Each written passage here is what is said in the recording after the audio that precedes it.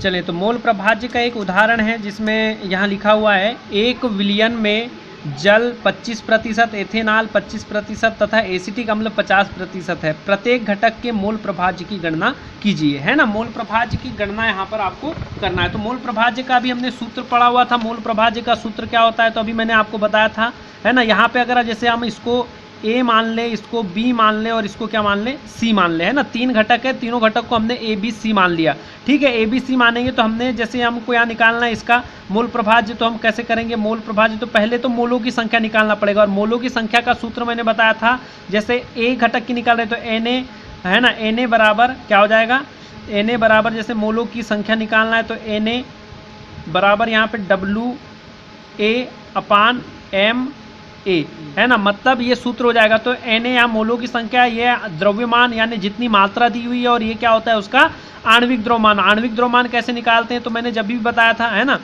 जल का कैसे निकालते हैं तो जल का 18 होता है और यहाँ इसकी 25% मात्रा दी हुई है। अब एथेनॉल की बात किया गया तो 25 ग्राम एथेनॉल, तो 25 इसका द्रव्यमान हो गया। अब ये 46 कहाँ से आता है, तो एथेनॉल का आपको सूत्र पता होना चाहिए। सूत्र क्या होता है एथेनॉल का, C2H5OH, है ना। और इसका आप इसका देखिए, है ना, जहाँ 2 कार्बन है तो कार्बन 2 मैंने यहाँ लिखा हुआ है। इस कार्बन का होता है 12 द्रव्यमान, है ना। पूरे अणु का निकालना आणविक द्रव्यमान कहलाएगा। यहाँ 5 हाइड्रोजन है तो 5 और 1 हाइड्रोजन का 1 होता है, ठीक है। तो 5 हाइड्रोजन और 1 तो ये मल्टीप्लाई होगा इसमें। ऑक्सीजन का 16 होता है, 1 ऑक्सीजन है, और कार्बन का हाइड्रोजन का 1 होता है। अब पूरा ये 12 दूनी 24, ये 5 का 5, 16 का 16, 1 का 1, पूरा होता है 46। उसी प्रकार आपको एसिटिक अम्ल की भी जरूरत पड़ेगी, तो एसिटिक अम्ल का भी मैंने यहाँ निकाल दिया है। 12, 1 कार्बन, है ना, 3 हाइड्रोजन का 3, कार्बन का फिर से 12, 1 ऑक्सीजन का फिर से 16, 1 ऑक्सीजन का फिर से 16, और ये हाइड्रोजन का 1 बराबर कितना होता है इसका 60 होता है। तो यहाँ पर देखिए पहले हम किसके निकाल रहे हैं, मोलों की संख्या, क्योंकि मोलों की संख्या की जरूरत भी होती है हमको सूत्र में मोल प्रभाज्य निकालने के लिए। तो ये सबके मोलों की संख्या हमने निकाल लिया। 50 ग्राम एसिटिक तो 50 इसका द्रव्यमान, और ये 60 इसका क्या हो गया, आणविक द्रव्यमान, बराबर ये हो गई मोलों की संख्या आपकी निकल गई। अब मोलों की संख्या निकल गई तो जल का मोल प्रभाज्य, तो मोल प्रभाज्य जल का जैसे हमने ए माना है तो XA इसका सूत्र क्या हो जाएगा, XA=NA अपान क्या हो जाएगा आपका Na plus NB plus NC, मतलब तीनों घटक के मोलों की संख्या। मतलब यहाँ पे जल का मोल प्रभाज्य निकाल रहे तो जल के मोलों की संख्या बटे जल के मोलों की संख्या प्लस कौन सा है आपका जल प्लस एसिटिक अम्ल प्लस क्या है एथेनॉल। तो ये तीनों के क्या लगेगा आपको, तीनों का क्या लगेगा, मोलों की संख्या नीचे पर रखना पड़ेगा, ठीक है। तो यहाँ पर देखिए तीनों के मोलों की संख्या निकाले थे। इसके बाद अब जल का मोल प्रभाज्य, तो जल के मोलों की संख्या ये लिख दी हमने, और तीनों के मोलों की संख्या का योग। तो यहाँ पर आप जब गुणा इसको पूरे को प्लस कर लेंगे और यहाँ पर इसमें क्या करेंगे, भाग देंगे, तो आपका ये इतना आ जाएगा। अब ये मैं चीज़ें करके नहीं बताऊँगा क्योंकि आपको ये छोटी छोटी चीज़ें ये आपको गुणा भाग, है ना, करते आना चाहिए। एथेनॉल का मोल प्रभाज्य, जब एथेनॉल का मोल प्रभाज्य निकालना है तो ये एथेनॉल के अणुओं की संख्या, मोलों की संख्या, और ये सभी के मोलों की संख्या रखे तो ये इतना आ जाएगा आपका गुणा भाग करने के बाद, है ना। और एसिटिक अम्ल के मोल प्रभाज्य की बात करें तो एसिटिक अम्ल का मोल प्रभाज्य यहाँ से रखेंगे आप इसके मोलों की संख्या, और ये सभी पूरे घटक के मोलों की संख्या रखेंगे तो ये आपका उसका मोल प्रभाज्य निकल जाएगा। तो ये मोल प्रभाज्य के क्वेश्चन इस प्रकार से करते हैं। अगर आप 1-2 उदाहरण कीजिएगा, अगर दिक्कत जाए तो आप पूछ सकते हैं ना। अब दूसरा टॉपिक पढ़ते हैं हम। अब मोलरता पढ़ रहे हैं। मोलरता दूसरी चीज़ें दी हुई है आपको, इसको कैपिटल M से दर्शाते हैं। किससे, कैपिटल M। और इसकी परिभाषा होती है विलयन के 1 लीटर आयतन में उपस्थित विलेय पदार्थ के मोलों की संख्या को उस विलयन की मोलरता या ग्राम अणुकता कहा जाता है ना। ग्राम अणुकता या मोलरता कहा जाता है। तो अब यहाँ पे देखिए यहाँ क्या बोल रहा है, 1 लीटर में, मतलब प्रति लीटर विलयन में विलेय के मोलों की संख्या को उसकी मोलरता कहते हैं ना, मोलरता, ठीक है। तो यहाँ पे इसको कैपिटल M से दर्शाते हैं। तो मोलरता बराबर क्या होता है, विलेय के मोलों की संख्या। मोलों की संख्या कैसे निकालते हैं अभी मैंने बताया था, और विलयन का लीटर में आयतन, है ना। विलयन का किस में आयतन, लीटर में। तो ये M बराबर विलेय को हम B से दर्शाते हैं तो B NB, है ना, क्या ये NB, और ये है V, है ना। V किस में, लीटर में। अब इसको अब देखो मोलों की संख्या, तो NB बराबर विलेय के मोलों की संख्या, तो ये क्या होगा WB/MB, मतलब द्रव्यमान बटे अणु भार या आणविक द्रव्यमान, ठीक है। अब इसका पूरा सूत्र जो हो जाएगा वो क्या है, मोलरता बराबर, है ना, ये अब मोलों की संख्या को क्या लिखते हैं, WB/MB, और ये क्या है डब्ल्यू बी अपान मोलों की संख्या हो गई, विलियन का लीटर में आयतन, तो लीटर में आयतन को अगर आप मिलीलीटर में चेंज कर देंगे, किसमें, मिली लीटर, ml में, तो ये क्या लगाएंगे आप, 1 लीटर बराबर 1000 क्या होता है, मिलीलीटर होता है। तो यहाँ 1000 का गुणा करना पड़ेगा, तब आप इस आयतन को किस में चेंज कर सकते हैं, मिलीलीटर में। ठीक है, तो ये मिलीलीटर, पहले लीटर में लिए थे तो यहाँ 1000 नहीं था, अब 1000 लगा दिए तो ये मिलीलीटर में चेंज हो जाएगा। नीचे ये भी लिखा हुआ है NB क्या है ना, विलेय के मोलों की संख्या। तो ये सारी चीजें आपको दिख रही होगी, आप इसको देख के पढ़ लेना, है ना, थोड़ा वीडियो कम इसका बन जाएगा। चलें, तो मोलरता से रिलेटेड एक क्वेश्चन है, यहाँ दिया हुआ है 5.85 है ना, 5.85 ग्राम NaCl को 200 मिलीलीटर विलियन में घोला गया है, विलियन की मोलरता ज्ञात करो। NaCl का आणविक द्रव्यमान आपको दिया हुआ है, कितना होता है, 58.5। कैसे निकालते हैं, तो जब भी जो मैंने मेथड बताया था उसी से निकालेंगे। इसका 23 होता है और इसका कितना होगा आपका 17 दूनी यानी लगभग 35 होता है, 35.5 है ना, या 35 होगा लगभग। तो इसका 23 और इसका 35.5, तो दोनों को जोड़ेंगे तो आप लगभग 58.5 आ जाएगा। ठीक है, आणविक द्रव्यमान। ठीक है, तो क्योंकि मोलों की संख्या निकालते हैं तो अभी सूत्र आपने देखा था, तो मोलरता बराबर है ना, मोलरता बराबर यहाँ हमने क्या लिखा था, W, वहाँ पे सूत्र हमारा क्या था, WB/MB है ना, और यहाँ पे 1000, 100 नहीं 1000 है ना, 1000/V। ठीक है, तो 1000 बट्टे क्या होगा, V किसमें, ml में, V किसमें होगा, ml में। ठीक है, तो यहाँ पे ज्ञात है, ज्ञात क्या है यहाँ पे, WB का मान, WB का मान कितना दिया हुआ है, क्या बोला था आपको, 5.85 ग्राम NaCl 200 मिलीलीटर विलियन में, है ना, 200 मिलीलीटर विलियन में। तो बाकी क्या होगा यहाँ पे, जो होगा 200 मिलीलीटर विलियन में जो है इतना घोला गया, तो यहाँ जो है इसका WB मतलब NaCl का जो मात्रा कितनी दी है, इतनी, मतलब ये उतना उसका द्रव्यमान है। V कितना है, V मतलब आयतन कितना दिया, 200 मिलीलीटर ml में दिया। और MB मतलब क्या है, आणविक द्रव्यमान, MB मतलब आणविक द्रव्यमान कितना है, 58.5। तो यहाँ मान रख देना, आपको जो सूत्र था आपके पास अभी जो मैंने बताया था उस सूत्र में मान रखेंगे। ये ml में है ना, ml में है तो कोई दिक्कत ही नहीं, कन्वर्टेशन, तो ये इससे इसको काट दो, इससे इसको काट दो, है ना, और बाकी जितना है इसमें 1 पॉइंट इधर खिसक जाएगा, बाकी भाग दे देना आप, तो 1/2 आपका आंसर आ जाएगा। ऐसे यहाँ पे एक दिया, जल की मोलरता की गणना कीजिए। तो जल की मोलरता, तो जल की मोलरता की गणना, तो आपको यहाँ पे सूत्र फिर से वही अप्लाई करना है, ये ml में होगा, ये WB/MB रखना है आपको, यहाँ जो भी दिया उससे कोई मतलब नहीं है। अब यहाँ पे जैसे बात करें तो जल का जो द्रव्यमान कितना दिया, 1000 ग्राम है ना, WB का मान 1000 ग्राम, और विलियन का आयतन भी कितना, 1000 ml है। ठीक है, 1000 ml, आयतन भी 1000 मिलीलीटर, जल का घनत्व 1 ग्राम प्रति लीटर होता है, ये आपको दिया हुआ है, 1 ग्राम प्रति लीटर। और जल का अणुभार हमने पता है कितना होता है, 18 निकाल के बताया था, H2O का मैंने आपको जब भी, तो 1000 गुणित 1000 और 18 गुणित 1000, तो ये 1000 क्या है, ये है WB का मान, और सूत्र का ये 1000 है। और 1000 लीटर में क्या होता है, मिलीलीटर में आयतन दिया हुआ है, तो 1000 आयतन भी आपका मिलीलीटर में,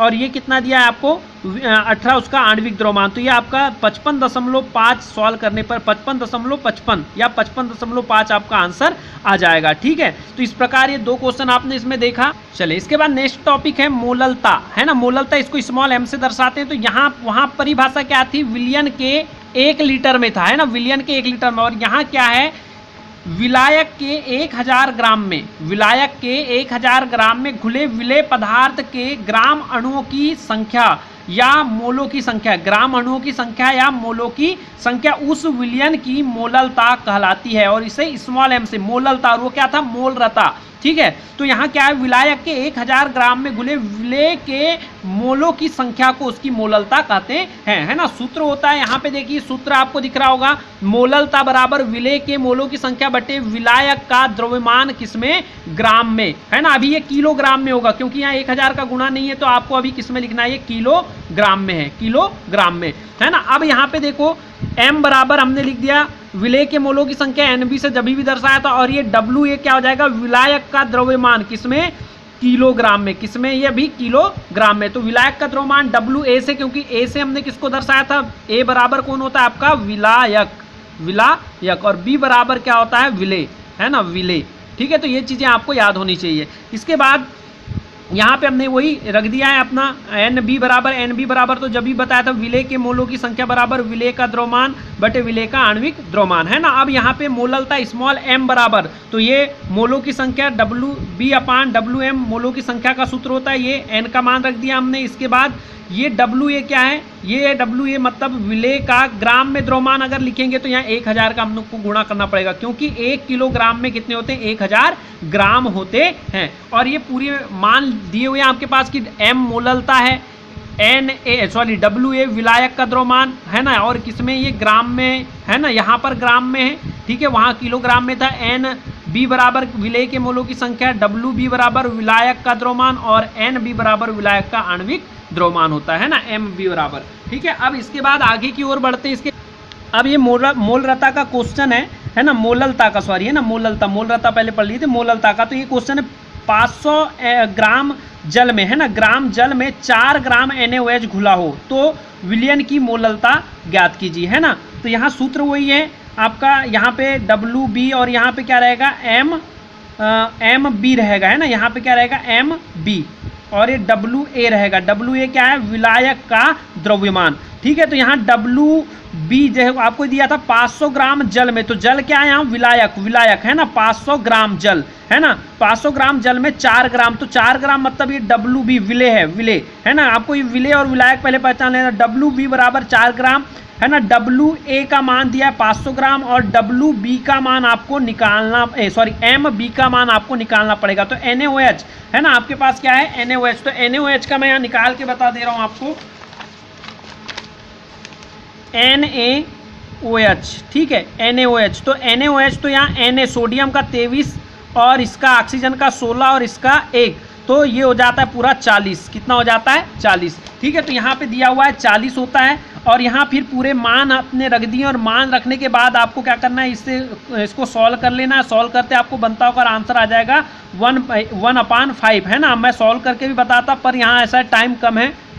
चलिए नेक्स्ट टॉपिक है शक्ति, है ना, विलयन की शक्ति या ग्राम प्रति लीटर सांद्रता, ठीक है। तो ये इसकी परिभाषा क्या होती है, विलयन के 1 लीटर अर्थात 1000 मिलीलीटर में विलेय की ग्राम में घुली हुई मात्रा विलयन की शक्ति कहलाती। इसे ग्राम प्रति लीटर में व्यक्त किया जाता है। उदाहरण के लिए देखा जाए तो 1000 मिलीलीटर विलयन में 20 ग्राम NaOH विलेय होने पर इस विलयन की शक्ति जो होगी 20 ग्राम प्रति लीटर होगी, क्योंकि 1000 मिलीलीटर विलयन में क्या है, 20 ग्राम NaOH घुला है, तो उस विलयन की शक्ति क्या कहलाएगी, 20 ग्राम प्रति लीटर। उदाहरण देखें तो उदाहरण दिया हुआ है ना, सोडियम कार्बोनेट के 10 लीटर में है ना 100 ग्राम विलेय घुला है ना, तो विलयन की ग्राम प्रति लीटर सांद्रता ज्ञात कीजिए। तो 10 लीटर विलयन में विलेय की मात्रा कितनी है, 100 ग्राम, 10 लीटर विलयन में 100 ग्राम, तो 1 लीटर विलयन में निकाल लेंगे हम, 1 लीटर तो 10 लीटर में कितना है, 100, तो ये 100 ग्राम है, कितने 10 लीटर में, तो ग्राम में निकालेंगे तो कितना आ जाएगा आंसर। तो शक्ति विलयन की 10 ग्राम प्रति लीटर होगी, है ना, 10 ग्राम। तो आप इसको ऐसे जनरली भी आप सोच के भी हल कर सकते हैं, 10 ग्राम प्रति लीटर। हाँ, आपका अगला टॉपिक है फिर नॉर्मलता, इसको N से दर्शाते हैं। तो विलयन के 1 लीटर आयतन में उपस्थित विलेय के ग्राम तुल्यांक भारों की संख्या उस विलयन की नॉर्मलता कहलाती, इसे N से दर्शाया जाता है ना। तो विलयन के 1 लीटर आयतन में उपस्थित क्या है, विलेय के ग्राम तुल्यांक भारों की संख्या, ठीक है। तो सूत्र क्या है, नॉर्मलता N = है ना, कैपिटल N = विलेय के तुल्यांक भारों की संख्या बटे विलयन का लीटर में आयतन, है ना। तो इसको अब जैसे यहाँ तुल्यांक भार क्या होता है, तो विलेय के तुल्यांक भार की संख्या बराबर, इसके लिए सूत्र अलग से होता है, ये ऊपर वाले के लिए सूत्र अलग से होता है। विलेय का द्रव्यमान है ना, विलेय का द्रव्यमान, विलेय का द्रव्यमान, तो द्रव्यमान W और ये क्या है B, तो WB, और विलेय का तुल्यांक भार को हमने E लिख दिया, ठीक है। तो विलेय का तुल्यांक भारों की संख्या बराबर क्या होता है, विलेय का द्रव्यमान बटे विलेय के तुल्यांक भार E, है ना। अब इसके बाद देखें आप, ये पूरा सूत्र मैंने बनाया हुआ है, N बराबर है ना, N बराबर WB मल्टीप्लाई 100 E क्या है यहाँ पे, विलेय के तुल्यांक भार जो अभी हमने लिखा था, विलेय के तुल्यांक भारों की संख्या, और ये क्या होता है, विलेय का द्रव्यमान, है ना। और ये क्या है, V ml में होगा, ml में, क्योंकि हमने यहाँ लीटर में 1 लीटर में बोल रहे थे, तो 1 लीटर बराबर 1000 ml होता है, तो यहाँ 1000 का ऊपर गुणा कर दोगे तो V का मान किस में हो जाएगा, ml में। तो यहाँ आपके पूरे मान लिखे E विलेय का तुल्यांक भार की संख्या हो जाएगी, है ना। और ये WB क्या हो जाएगा, विलेय का द्रव्यमान, और V क्या हो जाएगा, V हो जाएगा मिलीलीटर में आयतन, है ना, मिलीलीटर में आयतन। चलिए नॉर्मलता पे एक क्वेश्चन देख लेते हैं। नॉर्मलता इससे आपको थोड़ी अच्छी समझ में आ जाएगी। NaOH के 1 लीटर विलयन में 5 ग्राम NaOH घुला है, ठीक है। NaOH के 1 लीटर विलयन में है ना, क्या हुआ है 5 ग्राम NaOH घुलाए तो विलयन की नॉर्मलता ज्ञात कीजिए। तो नॉर्मलता का सूत्र ये था, आपने यहाँ ये इसको हमने WB से शो किया था, है ना, V ml में था आपका, ठीक है। तो ये सूत्र है आपका। तो यहाँ पे देखिए W यानी W मतलब क्या है WB, है ना, WB का मान कितना है 5 ग्राम, मतलब विलेय का द्रव्यमान 5 ग्राम है। तुल्यांक भार कैसे निकालते हैं, तो तुल्यांक भार जैसे अभी मैंने आपको आणविक द्रव्यमान निकालना बताया था, यानी इसका कितना होता है सोडियम का 23, इसका ऑक्सीजन का 16 और इसका 1 तो 40, तो ये वही है तुल्यांक भार, मतलब वैसे ही निकालते हैं ना। तो तुल्यांक भार यहाँ 40 हो गया और V का मान कितना है 1 लीटर, V का मान कितना है 1 लीटर, क्योंकि यहाँ बात किया गया था 1 लीटर विलियन की, तो 1 लीटर V का मान है ना। 1 लीटर में कितने ml 1000 ml, तो पूरा मान रख दीजिए और सॉल्व कर लीजिए, तो 1 बराबर 1/8, इसका 1/8 क्या इसका आंसर आ जाएगा आपका, ठीक है। चलिए तो अब समझ लेते हैं तुल्यांकी भार E क्या होता है, ठीक है। किसी तत्व का तुल्यांकी भार उसके द्रव्यमान भागों की वह संख्या है जो हाइड्रोजन के 1.008 द्रव्यमान भाग, है ना, ऑक्सीजन के 8 द्रव्यमान भाग तथा क्लोरीन के 35.5 द्रव्यमान भाग से संयुक्त होती है ना। दूसरे तौर पर परिभाषा ये अगर समझ नहीं आती तो किसी पदार्थ का वह भाग जो हाइड्रोजन के 1, ऑक्सीजन के 8 तथा क्लोरीन के 35.5 भाग से क्रिया करता है या इतने भाग को विस्थापित करता है, उसे पदार्थ का तुल्यांकी भार कहते हैं। तुल्यांकी भार बराबर सूत्र होता है परमाणु भार या आणविक भार M/N, है ना। अब N यहाँ पर 3 चीजें हो सकती है, अगर तत्व है तो उसकी संयोजकता, अम्ल है तो उसकी क्षारकता और क्षार है तो उसकी अम्लीयता, है ना। N अलग अलग हो सकती है। अब जैसे मैं आपको एक उदाहरण दे रहा हूँ, यहाँ आपको उदाहरण दिख रहा होगा एग्जाम्पल, है ना। आपको क्या निकालना है NaCl का तुल्यांकी भार निकालना है। तो ये कैसे निकालेंगे, तो देखिए NaCl, तो यहाँ पे क्या बोला था परमाणु भार या अणु भार, ठीक है। परमाणु भार तो NaCl क्या है एक अणु है, तो NaCl का Na का होता है 35 और Na का 23 और Cl का मैंने बताया था 35.5 और इसकी जो है आपकी क्या ये क्या है एक प्रकार का आयन है ना। तो ये NaCl है ना, NaCl देख लेते हैं कहाँ है NaCl, देखिए NaCl एक लवण है और इसकी जो इस पर जो आवेश है वो कितना होता है, इस पर भी 1 और इस पर भी 1, तो इसका आवेश कितना है 1, तो यहाँ आवेश भी हो सकता है, N का मतलब यहाँ आवेश भी हो सकता है, अम्लीयता, क्षारीयता, संयोजकता है आवेश, तो यहाँ आवेश का मान कितना है 1, तो इसका मान कितना हो जाएगा आपका जो इक्विलियम वेट है इसका कितना हो जाएगा 35.5 और 23 बराबर कितना 58.5 NaOH का।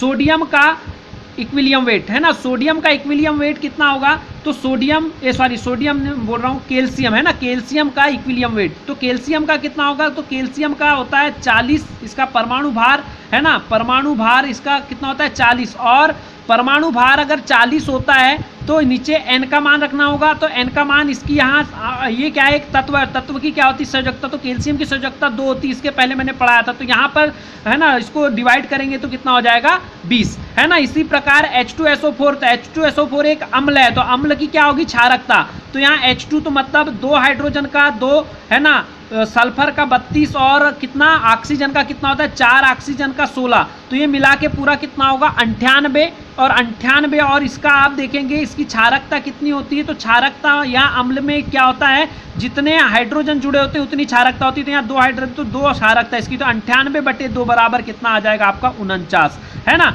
उसी प्रकार NaOH मतलब सोडियम हाइड्रोक्साइड, तो ये क्या है एक क्षार है, तो इसकी क्या होती है अम्लीयता होती है, तो यहाँ NaOH तो इसका बताया था मैंने कितना, इसका बताया था Na का 23, तो इसका ऑक्सीजन का 16 और इसका 1 तो बराबर 40 और इसका जो होता है क्षारकता होती है NaOH की, तो NaOH में OH जितने होते हैं उसकी क्षारकता, तो 1 OH है तो यहाँ इसकी क्षारकता 1, तो 40/1 बराबर 40, तो ये हो गया आपका तुल्यांकी भार और ये यूनिट पूरी आपकी कंप्लीट होती है। अब जो चीज़ें आपको समझ नहीं आती तो आप मेरे व्हाट्सएप ग्रुप या फिर आप यूट्यूब में कमेंट्स करके बोल सकते हैं, ठीक है। धन्यवाद, थैंक यू।